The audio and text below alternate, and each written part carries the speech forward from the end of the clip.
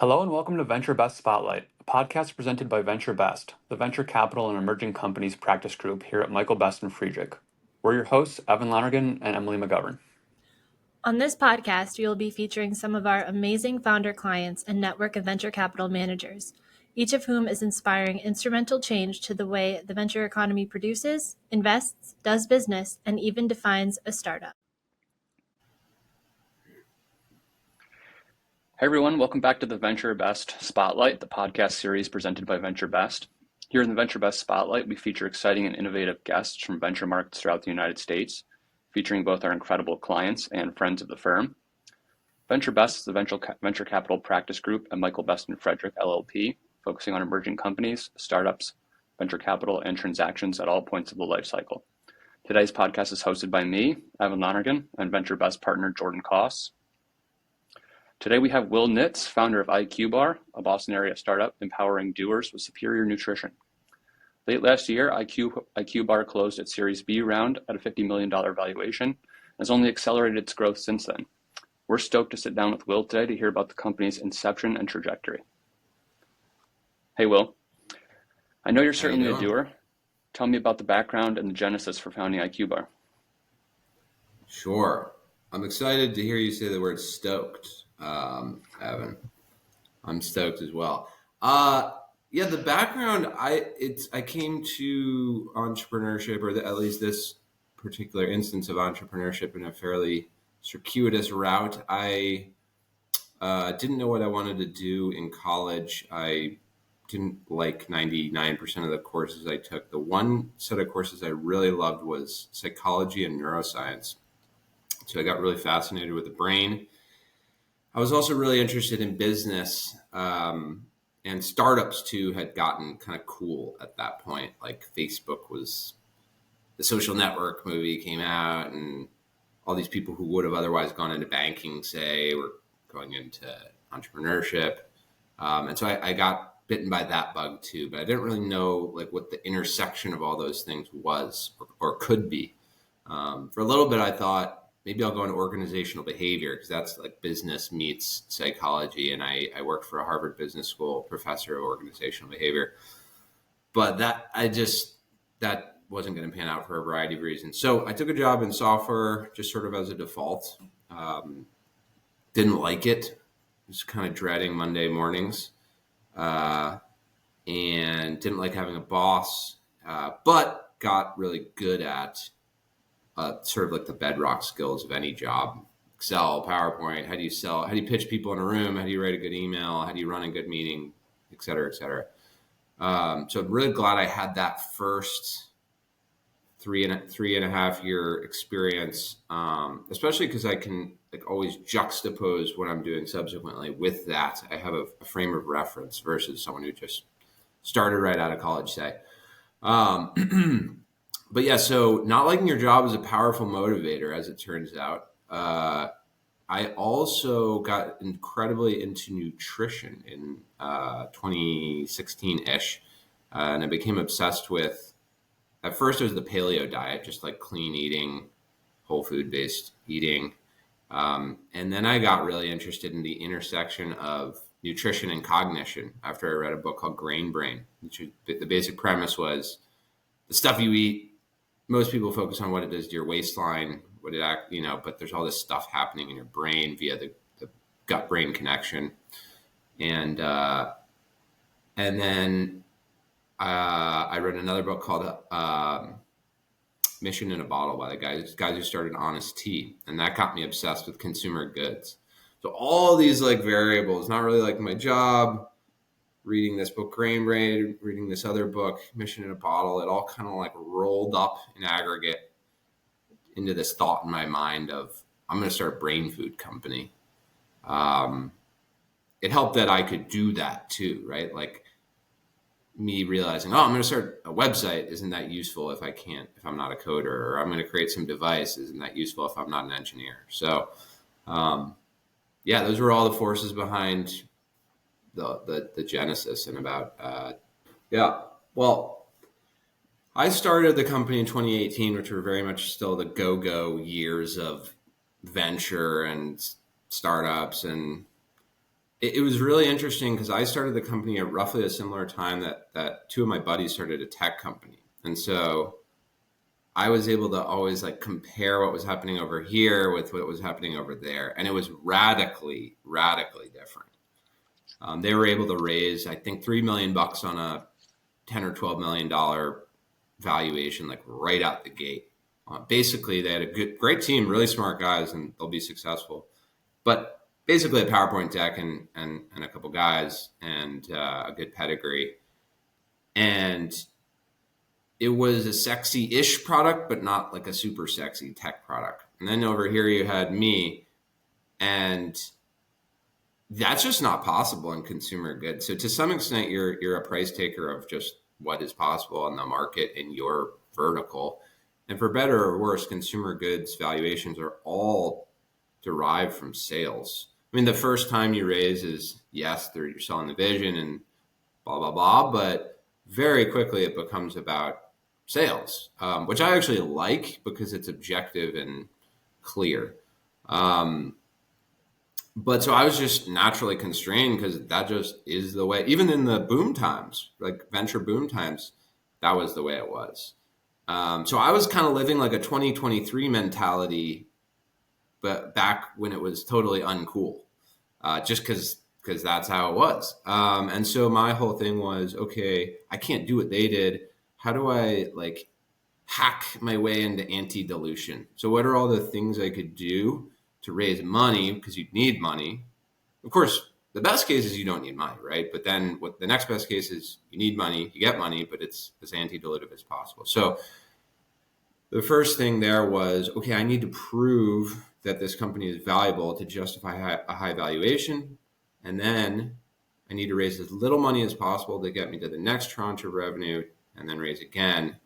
And so we did that via Kickstarter, which allows you to solve the chicken or egg problem of creating a bunch of sales without having to make the product to then sell people stuff, and pre-sales. And so we did a Kickstarter right out the gate.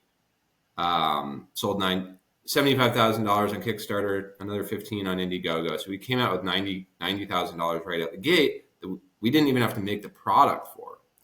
And then before we even had to make the product, I then turned around to investors, angel investors, and I was like, hey, that idea I was telling you about? Well, we already created $90,000 of sales in the first couple of months. So we're worth X. And it was $4 million, which was like so totally arbitrary. It was just like the going rate for a startup with some traction, but again, mostly arbitrary. And then we raised like $500K. And to dovetail to your point or question, Jordan, like I think a lot of other people would have raised like $1 million or $2 million. But for us, and when I say us, it was really me. The goal was there's always the trade-off: raise more money, focus less on fundraising, more on building the business, but dilute yourself more, or raise less money, know that you're going to have to raise money again in like a year, but be less dilutive. And there's no like right answer per se, but we took the less money path. And then a year later, we were tracking towards 2 million in revenue, and we could have raised like 5 million, but we raised 1 million, and then raised the next year at I think like a 20.5 million valuation. We could have raised like 10 million, but we raised 2.775 million. And so I think that's, at least on the fundraising side, that's been a path less traveled by, I'd say, most founders and most startups for us. And by the way, you can get screwed with that approach, right? If you catch yourself on the wrong side of the 2021 to 2022 dynamic shift with that strategy, then probably you're wishing you raised more money in 2021. So it's not like an infallible strategy, but I think we got fortunate with timing probably there. Yeah, and that kind of brings me into my next question. So you guys were doing things differently on the fundraising side from the early days, but bringing it back to the product, the nutritional bar space is relatively crowded.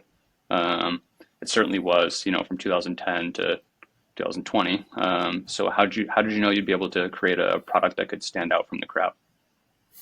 I didn't, but I had some educated guesses. So I think that's actually the first thing anyone ever says to me, like, "Whoa, it's super crowded. How could you possibly win?" The reality is, it is crowded because it's a massive market. So as any entrepreneur, you have to take one of two paths.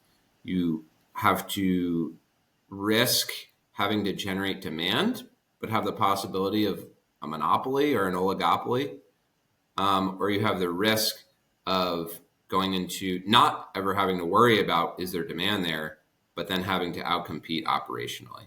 And I'll always take the second of those two options. A good example in the first one would be Airbnb, right? There could have been no demand for that product. That was like a massive gamble. Turned out there was demand, and they swallowed up the entire market. Great for them. But there's like a zillion other examples where great product, great founder, et cetera, and there just isn't demand there, and you can't fix a lack of demand. That's the one thing you just can't fix. So I'd always rather go into big crowded categories where there just is demand. There always will be demand, and the onus on me is to outcompete. So that's one thing. But then, like, when you look at a big category like bars, it's such a big category that even the subcategories are very large. And so, yes, there are 1,000 bars, but how many plant protein keto friendly bars are there? Well, 1,000 just went to 5. So, and as it turns out, that sector is where, the addressable market there is whatever, $200 million. And so we were able to sort of like thread the needle across a series of subcategories that were dramatically less competitive, but still large. That's a key ratio, by the way, competitiveness to just addressable market ratio. So like, obviously you want not competitive, big market. But so we kind of like threaded the needle to where our product could work in a series of these like micro markets under that big market that were much less competitive. Which, by the way, that same thing can be applied to any consumer goods. You might say, well, there's a zillion beers out there. Yeah, but how many beers are from Vermont and have a story of some guy who makes it in his shed and whatever? Like, it's just so long as you can zone in on subcategories that are still large, and especially if you can stitch together 3, 4, 5 of those, you can create a giant business. Yeah, that makes sense. One thing that stands out to me too is IQBAR was really early on a couple key trends, one of which was obviously, the keto craze. And then another one was, eating for brain health and, healthy fats for the brain. So you mentioned you started with the Kickstarter campaign back in 2017, but, how have both the core product, the IQBAR, and the company evolved since then?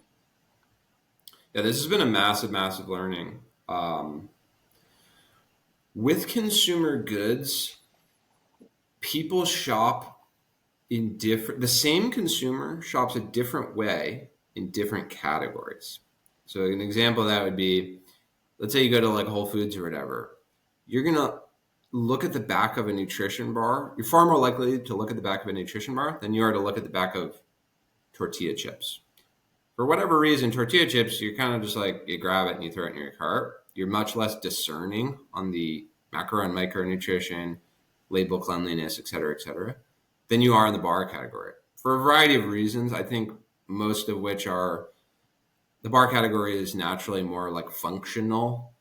And so people nerd out on it more. But so, for us, we have to, so our main point of ostensible differentiation is the brain piece, but we also have to realize how people shop for bars and what people care about in bars. So the way that people shop for bars is basically they care about protein, they care about carbs, they care about sugar, care about source of protein, label cleanliness, price, taste. Like those are all the basket of things people care about when they shop for that. And we realize the order of operations matters a lot. So we have to check on all those things before we even tell the story about the brain piece, which is kind of critical. So like, let's say we reversed those things. Let's say we started with brain food, blah, blah, blah, blah. Oh, and by the way, it's 12 grams of protein and low carb and low sugar. You've already lost them because it was already unapproachable from the start. Whereas if you flip those and you meet them where they are, because they didn't show up to the grocery store to buy brain food. They showed up to buy protein bars with X amount of protein. So if you start there, win there, and then tell that rounding element story, it's like this, plus the brain piece, that's how we win. But that was not necessarily intuitive. That was something we learned over time. And so it's a super common mistake in consumer goods to not meet people where they are and not understand how people shop for their category. Like we started to, and this extends to like every variable, like flavor. Our first flavors were cacao, almond, sea salt, blueberry, sunflower, walnut, matcha chai, hazelnut. We thought, well, that's so cool. They're unique and like different. And that's how we're going to be different. Turned out that was a terrible strategy because people are going there to find chocolate. And actually 30% of people aren't going to connect the dots between cacao and chocolate, yada, yada, yada. So basically the strategy we learned that works is you actually need to meet people 90% where they are and differentiate the 10%. And it's kind of deadly to differentiate more than, let's say, 10% of your product. Yeah, totally. And I won't lie to you, I'm a pretty basic consumer myself. I've got my IQBAR right here, and it's just chocolate peanut butter flavor. So none of the crazy flavors for me. But the company's launched a couple new products recently. How do you think about introducing a new product while at the same time staying true to the company's mission? So that's another sort of path you have to take, right? In consumer goods, you have to go all in on a form factor, or you have to create a platform. And most people will tell you that you shouldn't create the platform. It's a higher risk proposition because on the back end, let's say you want to get acquired, right?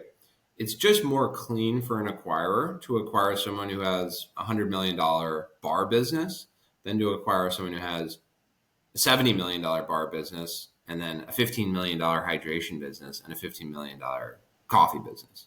It's just a messier asset, right? It doesn't fit. They have their whole biz dev strategy plan, and nowhere in that plan is like a 70-15-15. It's like, we want to acquire a bar company and get bigger in bars. So, and there's a ton of validity to that. That being said, there are a number of notable exceptions to that. I mean, Simple Mills would be an example, right? They have a whole platform of crackers and baking mixes and yada, yada. On it was acquired by Unilever. They have a whole variety they have like bars, shakes, supplements, etc. It's a platform. There's a company called Nutribulk who has C4 energy drinks, which is like their workhorse. But then they also have Cellucor and Extend and a variety of other things. Platform, very successful. So for better or worse, I just like the platform model better. It's a lot more fun. Like one of the sort of blessings and curses of having an entrepreneurial mindset is you're always antsy to make new stuff and you get bored easily. And for me, just like staying in one category forever is boring. And lack of boringness matters because it directly feeds into your motivation to work a zillion hours. So, and then there's like all these ancillary benefits of platformizing. So basically we were like, all right, what if we are going to platformize and we're going to become a brain and body nutrition company versus a brain food bar company? What's the smartest way to do that? First thing is, okay, it has to be coherent. So what other occasions throughout the day can we service that are relevant to that brand mission? And then the second subset of that is, what are those occasions and ways we can service them that are non-cannibalizing? Meaning, if you make a bar company and then you make bites that are like in a bag, well, the consumer's probably consuming B instead of A, not both. Directly cannibalizes each other. So we were like, all right, hydration, caffeination, sleep were like the main ones we thought of, like all great markets, highly habitual. You can make SKUs that are ship friendly, long shelf life, high margin. Let's pick 2 out of those 3. And by the way, none of them cannibalize the other. All of them are complementary. So you might have a bar in the morning. You might also have a coffee in the morning. You might also have hydration in the morning. You might even, within a morning, be able to hit 3 separate need states, even just in the morning, right? None of which cannibalize the other. So for a variety of reasons, we didn't touch sleep, but that was how we thought about platformizing ourselves and getting more share of any given wallet. Was vaguely aware of it at the outset, but I think it's kind of silly to think about too hard about that until you're 2 years in, let's say. Like, first establish product market fit. Like, does the world want this thing? And can I make this business model work, period? Which is, you just don't know until you're, let's say, 2, maybe 3, maybe 5 years in. But once you establish that, I do think it's prudent to at least think about it, right? Because you don't want to, a lot of people say, like, don't get in this to sell or whatever. And that's like fine and well. But also you don't want to have a WTF moment 5 years down the line where you're like, oh, if I had known how to engineer this, like, I just would have done this differently. Like, so don't ignore it. Be cognizant of what acquirers want. If the ultimate, like, if you don't want to do this for your whole career, then you are in it to sell by definition. So know what matters. By the way, though,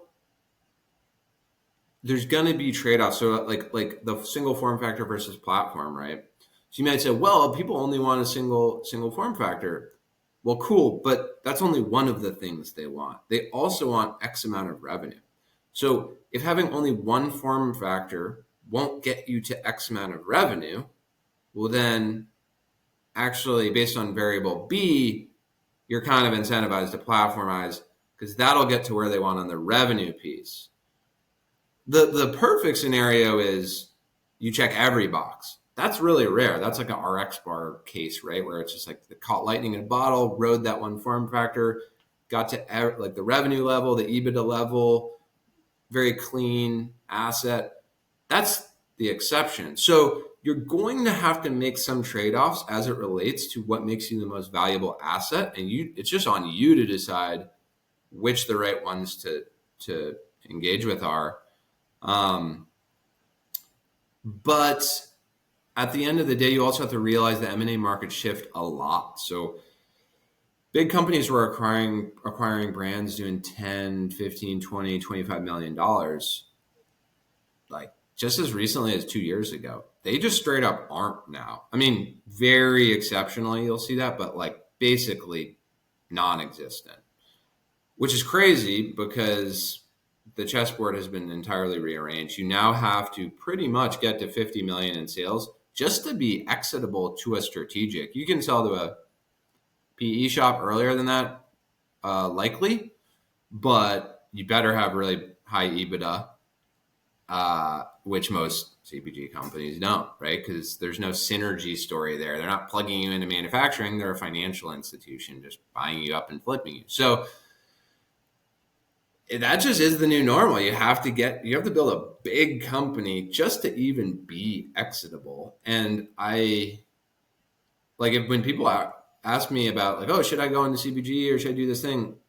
Often some portion of my answer to that is like, just so you know, if your goal is X, you're gonna have to build a massive company to be able to do that. So it's a moving target, but that's where we're at now. That is the lesson, I suppose.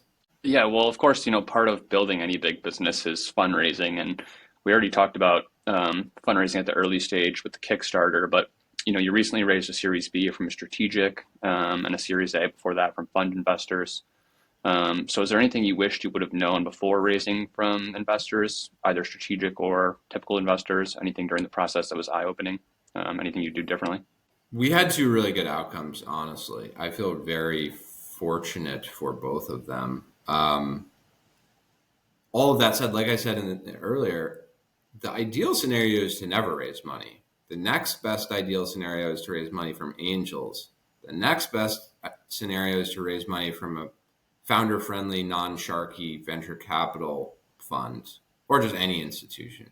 Right? So that is the stack. So already it's not ideal to raise money. So just that's sort of worth saying up front. But when we realize, okay, there just aren't that many people who can write a $400,000 check. Like, we're gonna need to find an institution. I think we did it well, not to toot our own horns, but like, we identified a few that we knew were founder friendly. We knew that because we talked to a zillion other founders who have gone through it. Just like hiring, raising money is, the best way to do it is call references who have done it with XYZ partner before.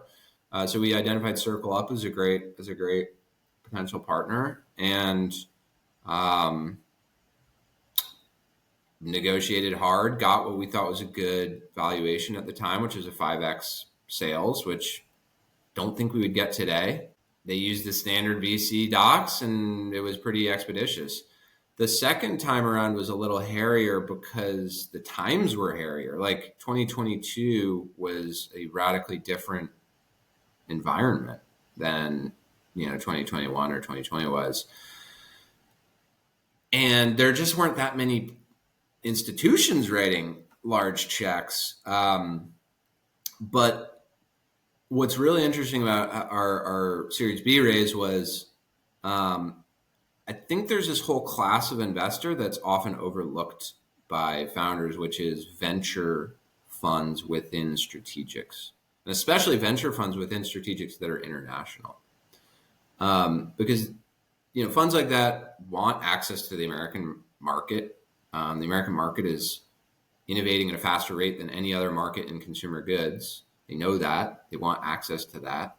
And they have a lot of money. Like, they're pulling money right off a big balance sheet versus, say, having to chase down LPs, which got really, really tough for every fund to do starting in 2022. Right? That's just not a problem they have.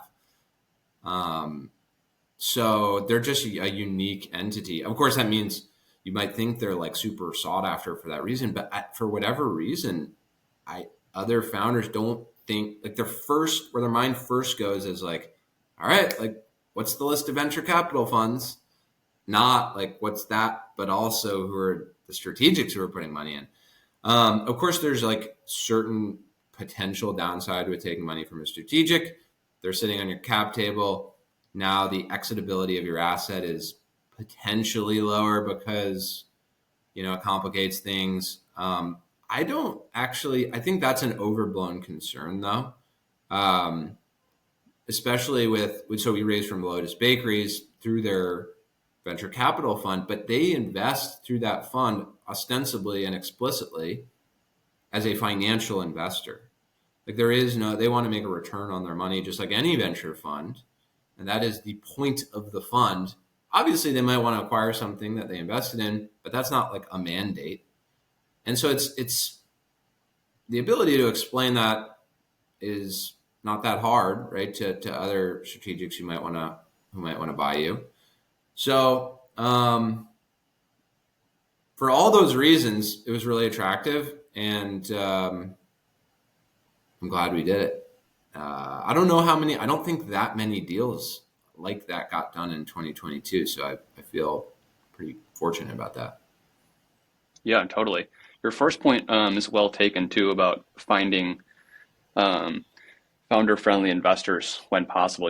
Every VC markets themselves as that. But when I think back about the experience of helping you with your Series B, one reason why it was so smooth is because your investors were so great to work with. So that's a credit to them.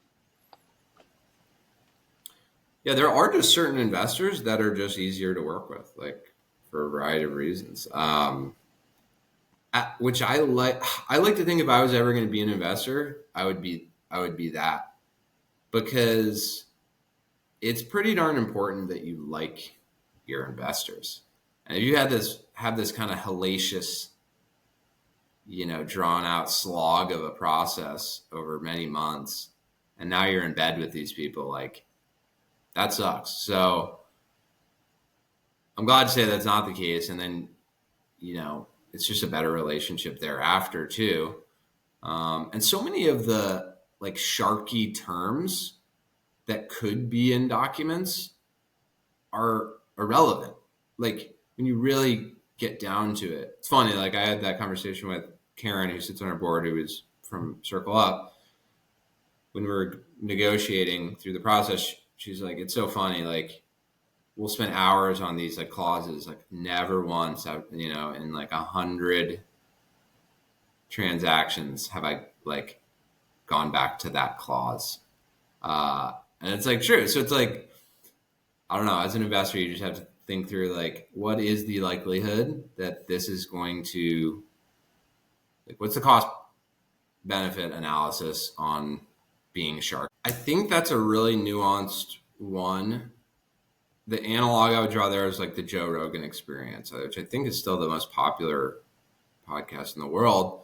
And many times Joe Rogan will say something like, if I had brought in a team of managers and people overseeing this or whatever, which everyone would tell me to do and has told me to do over the years, like this would have never worked. This would have never worked. The only way this works is if I channel my personality, like good and bad, quirks and non-quirks, into this and just let it all happen like freely and authentically and in an unencumbered way. That's kind of how I think about like something like the newsletter or a brand. Is you're going to have a lot of people saying like, whoa, that's not a best practice, or, well, if you do that, maybe this will happen, or blah, blah, blah. And the reality is, first of all, that's not fun. So part of the point of like life is to have fun and work. But also it's just like objectively less effective. Like people want more authenticity. This is like becoming more and more and more true over time. It's not going the other direction. So it's like people don't like brands, they like people as a general rule of thumb. And so to the extent that you can personify your brand or infuse your personality into your brand, that's probably going to be a good thing. And this kind of comes back to like, align yourself and your personality with your brand if you can. It's ideal if those two things line up, right? Like for us, IQBAR, kind of like try to be witty and smart and thoughtful.